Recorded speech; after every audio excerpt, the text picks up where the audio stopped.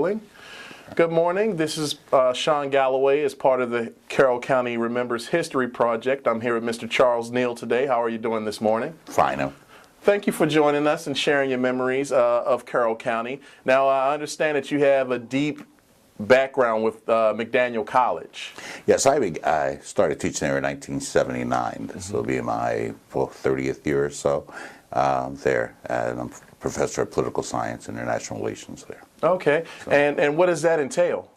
Well, I teach constitutional law and judicial process for the most part. I do the pre-law advising, etc.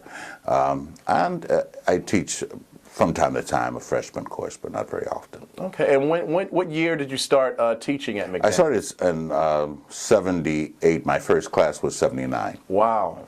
So were you one of the first African Americans there teaching? I am the first black faculty member, tenured track faculty member, I should say, there, and the first person promoted to full professor too. Wow, that makes you pretty much a trailblazer in the area. I'm not sure that's the case because Perry and Mitchell had taught part-time there before. So they had black faculty, but they hadn't had anyone that was tenure track before. Okay. So in that sense, I guess I'm the first one. Okay. Was it difficult at that time when you started teaching? Were there anything that any troubles you had facing? Not really. But the odd thing is when I applied for the job, I asked them to send me the Carroll County Times so I could learn something about the city, and I got the first one I got had an 8-page thing on the Klan in Maryland, and it was centered in Gambler. They were telling me, so I came in and I was looking for a washer and a dryer for the house. I went over to get a call from Gambler that they had one. I went over and looked at it. The woman gave me lunch, etc. And so it was a little strange that you get this whole message about how horrible the place was, and then it wasn't that bad when you got here. Right. So really haven't had that many problems at all. I did have my first experience on campus, though, is that I walked into the office of the then chair of the political science department, and he had a big easy chair in his office, and had a sign on it that said "Whites Only." And really? I just sat down there, and he thought it was pretty funny because I don't know if he had set it up to see how I'd react, etc. But it was an icebreaker, certainly. Oh, okay, all right. Now, when you said you got that, what you said it was the Carroll County Times. Carroll it was, County Times. And you saw the article about the Klan being in the area. That was prior to you being hired, right? Prior to that was they had just offered me the job. Yeah, so, I had not accepted yet. So what made you still want to come to the area? I mean, after seeing that article. It didn't matter to me that much. I figure I'd be all right. Okay. It's close to Baltimore, etc. And I grew up in Minneapolis, Minnesota, so it wasn't that big a deal. And in Minnesota, we didn't have those kind of problems because really only 3% of the population in Minneapolis at the time was black. So it was not a matter of race so much. In fact, if there were any animosities, it was toward Native Americans, not toward blacks. Okay. So it was a little different situation. So I was used to, to the situation. I just hadn't dealt with the Klan at all. And I still haven't, I might add. Okay. So you come from Minneapolis, Minnesota, to Baltimore, I'm guessing? To Baltimore, yeah. When I took the job, people who were in the program at Minnesota who were from Baltimore asked me why I was coming here at all. They thought it was a pretty bad idea. There were a lot of other places to go. So those are two sort of major cities in the United States of America. You make the move from those two cities to Carroll County. I think the only reason I took this job is that, well, I don't know if it's the only reason, is that when I landed in I flew out of Minneapolis in a snowstorm, landed here and walked around in my shirt sleeves. That probably did it. I'm not certain. So let's talk about the college itself. What are some of the things that you've been involved in that may have been, changing for the college? A couple of things. I advised the fraternity for a long time, and there was on Main Street across from the restaurant, blocking out the restaurant on Main Street there. Near the O'Lordon's. There was a bar in the basement that that wouldn't serve blacks, etc. And a fraternity went in with when our black students didn't get served, they sent in a undercover policeman, and eventually it closed the place down. The other incident was really probably more interesting one, is that the Klan used to meet at Barger's restaurant for lunch. That was their meeting place. And the Black Student Union for years had this, for homecoming, had this little lemons with peppermint sticks in it, et cetera, et cetera. And they got wind of that and then protested it and didn't buy from them for a while. And eventually the Klan, I don't know if it just disappeared or if Boggers asked them not to come back, but that happened when I was in here. But in terms of the county, not an awful lot. In terms of the college, it was really a matter of change. I guess one of the other reasons I came here is that I asked them the question, you know, why hadn't they hired a tenure-track professor of color before? And their response was, we didn't think it was important, which was probably the most straightforward response I got at any of the colleges that I had applied to at the time, and I applied to quite a few, Texas Lutheran among others.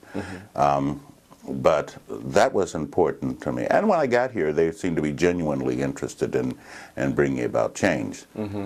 The difference, however, is that a former student, and I can't remember her name now, had written a fairly detailed article or paper on McDaniel, Western Maryland College, then as a plantation. And it was really kind of interesting. I don't know how much impact it had. Her name was Linda something. How much impact it had on their change. But I read it, and I have no idea where it is now. But it's an interesting bit of history, if you could find it.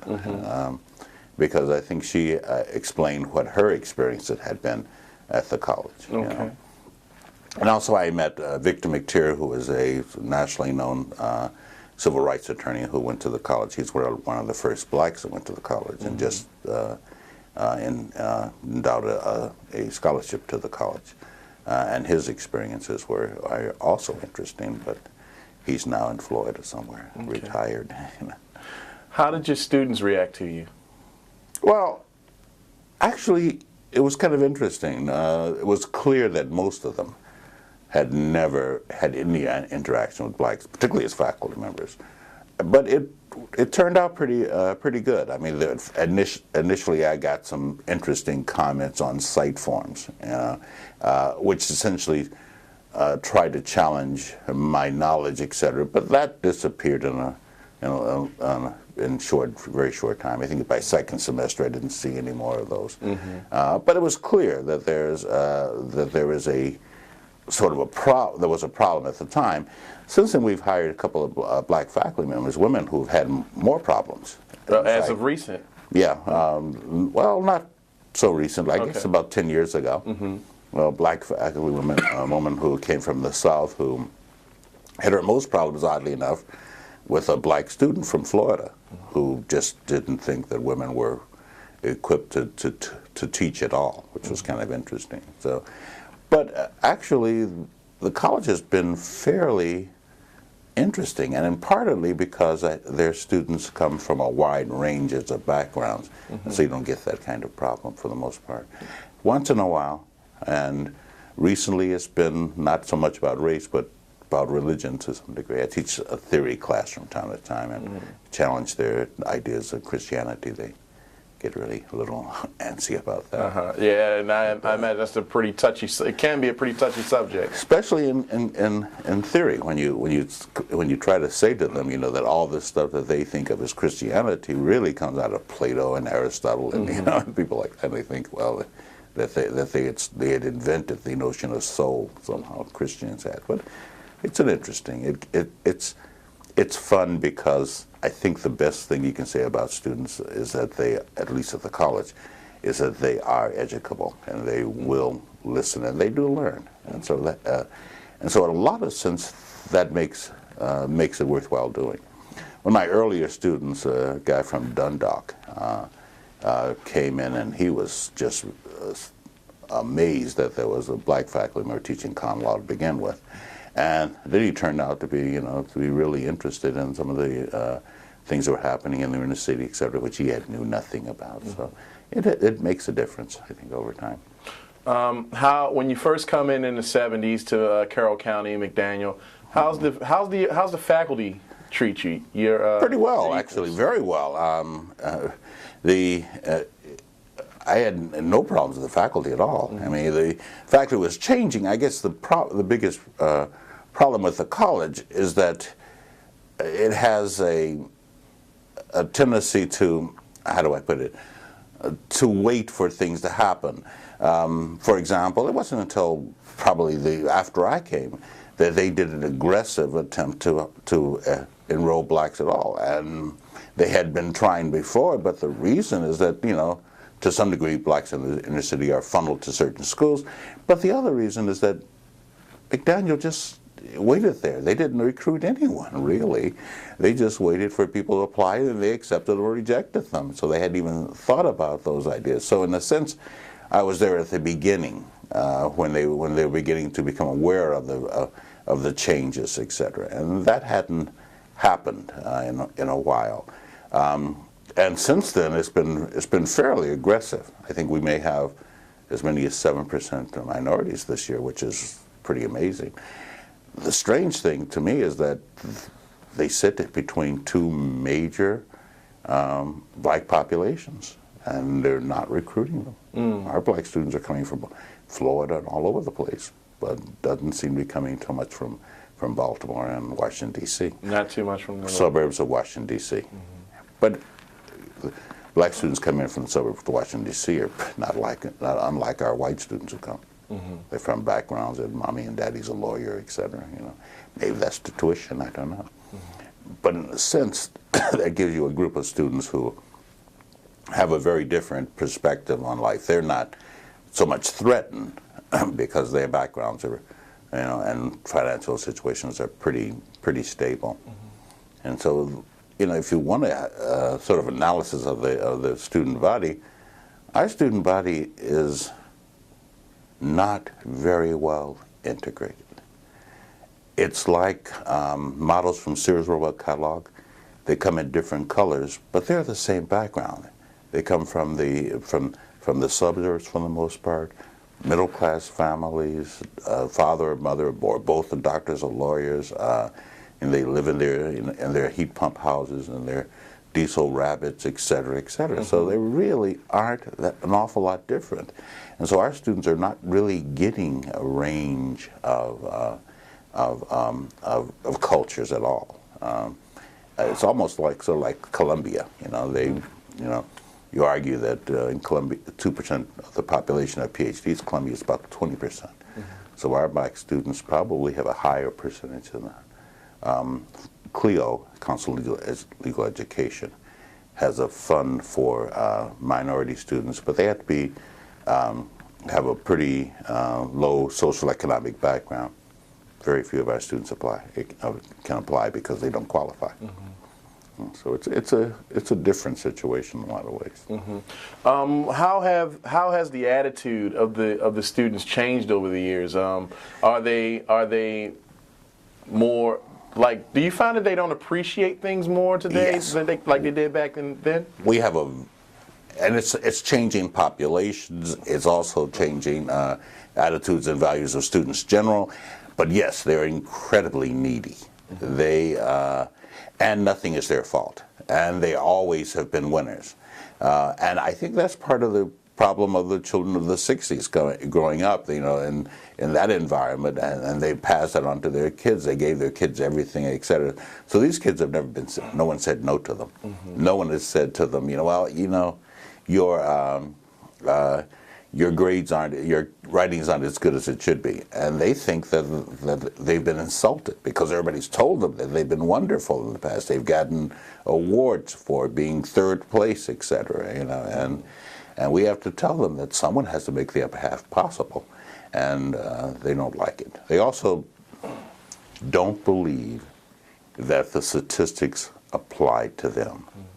You get a student who comes in who says, you know, I've got a 3.0 and I've got a 150 on the LSAT, and I want to go to Yale. And my initial response, my thought is to say to them, you know, give me the admission and I'll tell you the result now. But they don't believe it because they've been told that they're special. And so you have to ask them what is special. In terms of minority students, it's because an uncle or aunt or something has told them that you had to go to law school. And when they come there, they're really spending more time thinking about what their relatives have said than what you're saying to them. And so you have to, first of all, not break that bond, but give them an idea that there is a body of information out there that they need to look at. And once you get them looking at it, it works out. My theory is to give them an opportunity to do the little research themselves, and then to come back to me if they find what they're looking for. So, and if they don't come back, I think that it's a win for both of them, for both them and I. But we do send minority students, and all of our students are all over the place. We send them to, we've had them at Yale, at Berkeley, all over the place. So they do well once they leave the school. But you have to understand that minority students are different than majority students, and that when they come to a place like McDaniel, they know that they are unique. And they know they don't expect the same kind of things they get at home. And so what happens now is that they have their retention rate is higher. They don't leave the college once they come there. They graduate. They do well, in spite of the environment. It's an interesting phenomenon, and I think it has to do with the decision to come to a place like McDaniel. And so it's hard to compare them with minority students at Carroll Community College or at the University of Maryland, because we don't have that range. Our students are all the upper end of the spectrum, so we don't have the range, so we don't know how they would do in our environment. And we certainly, how do I put this, don't do anything to encourage poorer, prepared students to come to the school. Okay. And I don't think we have the resources to help them if they did. I want to go back a little bit and talk about, just touch a little bit on, I know you said you came in the late 70s. Do you recall any stories of things that may have happened in Carroll County before you came, like involving maybe like the civil rights movement, things of that nature? Actually, no. There wasn't an awful lot of discussion on it. There was a guy named Charles Brightford who used to cut my hair, who would tell me about the county. He told me about the opening of the Church of the, gotta be careful here, the Church of the Open Door. He had a different name for it. And that he argued that it came into existence in the 60s when blacks were not, when they integrated schools. And so all the white students fled to that school. I mean, he always referred to the place as the Church of the Open Door and Closed Mind. So, but that was a story. I also, had stories about faculty members who would tell me that, when they moved in their houses, they, I do have one, that they dug out things that were Klan-related materials from their attics, et cetera, et cetera. But I did have that. I've forgotten about this. I moved on Main Street, there are 3 very narrow sort of townhouses just above Pennsylvania Avenue going toward the college. And I moved into the center one. And they had to recarpet the whole place. So when we ripped up the carpet, there's a stairway that goes upstairs, and there's 2 little stairs on each side. And one was hinged. And we opened the hinge, and there's a whole sort of area down there that people could stay in, a little uncomfortable, and discovered that it was probably on the Underground Railroad. And that was the first encounter with with some of the history of the place, and some of the stuff that I heard about Boggers and the Klan. But essentially that was simply meetings. There's no, I don't get any impression of riots or anything like that. I do get the impression of students' involvement, some faculty involvement. Bill David and Ira Zepp that were in charge, were probably responsible for the first black students to show up at the college, et cetera. And again, we get very, very few black students from Carroll County. But I probably understand that. And they probably use the same criteria I used when I was going to college. It had to be far enough away from home that my parents couldn't get there when they want to, but close enough that I could get home when I wanted to. So and that may be responsible for it. The other thing is kind of stories I hear about the place that really deal with, our students having problems in town. One story about a couple of kids who were chased by people in a pickup truck onto the campus. Restaurants and bars, well, not so much not serving them, but not being comfortable with them, etc. My experience was a little different. I thought it was racism, which it turns out it wasn't. I went to a Mathers that was on Main Street. It was sort of a five and dime. And I'm in there, and I'm looking around, I'm waiting for someone to wait on me, and nothing happens. In fact, the woman's on the telephone behind the counter. And I looked around, and it turns out it wasn't just me. She wasn't waiting on anyone. She was just doing her own thing. Right. But and then I heard stories about the bakery. What is it called?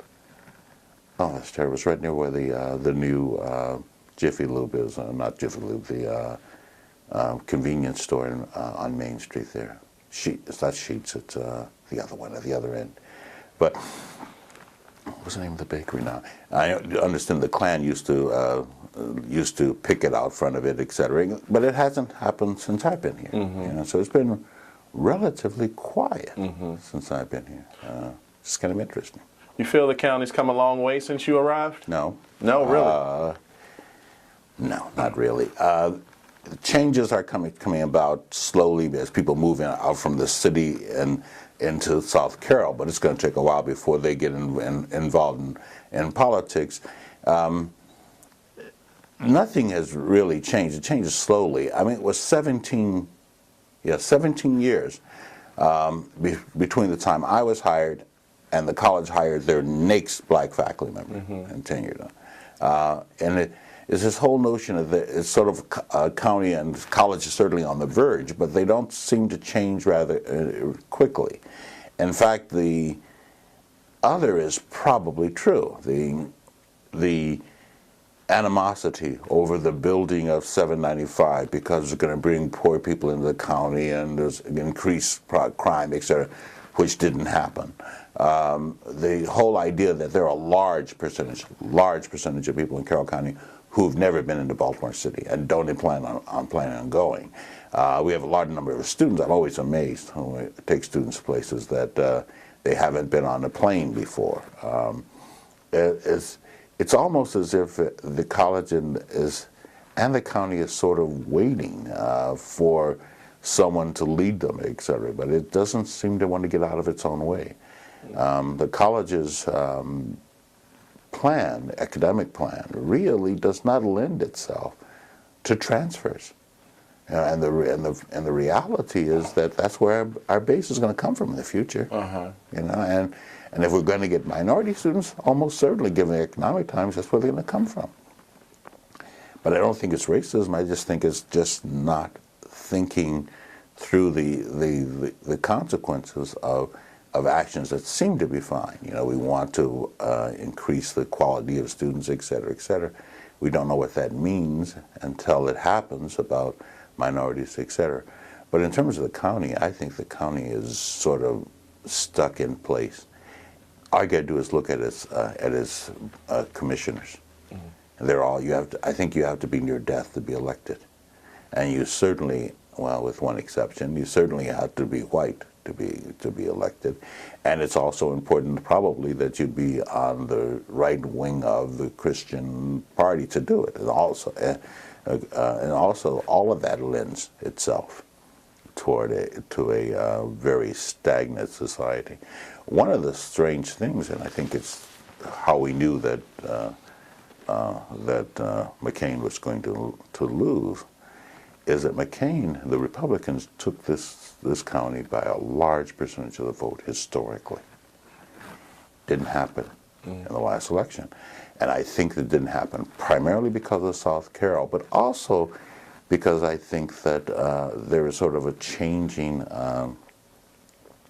core of people in Carroll County that we're bringing in more affluent people. You can see that by the kinds of bars and restaurants going up, et cetera, kind of stores that are being here, et cetera. And I think that's sort of changing the makeup. So there's a gentle shift, but I'd be surprised if this county 15 years from now is still not highly Republican and very few minorities. The question is, how are they going to deal with a huge influx of Hispanics? That's the real question. I think that's the one that is driving their activities at the moment. So you see that happening, a large influx of Hispanics in the future in Carroll County. Oh yeah.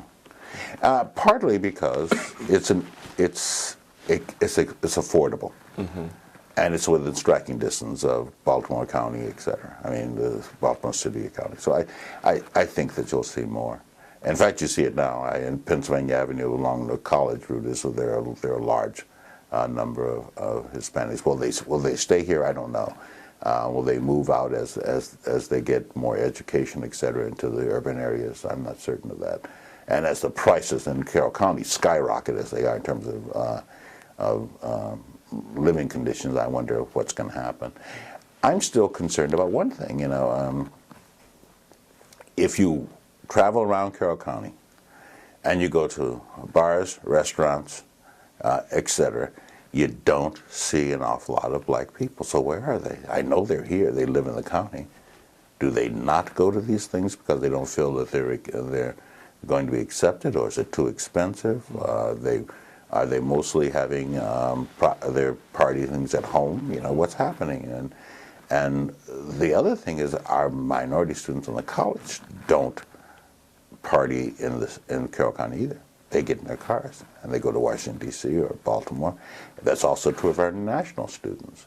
So there's something about the county that keeps them from being here. And I suspect that the younger people, Carroll County minorities, also go into the city. But I bet you their parents don't, which is interesting. Well, is there anything you'd like to add? Anything you think you feel we may have missed in this interview, or anything that you want to talk about? Not really. Well, not really. Okay. Well, I thank you for sharing your time with us today, and thank you for doing what you've done all these years at McDaniel. I mean, certainly being brave enough to come in and take that job at that time is, For the most part, I've enjoyed it. I mean, I enjoy working with the students. I find putting faculty between students and the administration is a little odd, but I still enjoy it. I guess when I stop enjoying it, I'll leave. All right. Okay. All right. Well, you have a great day, and thanks for joining us. Same to you.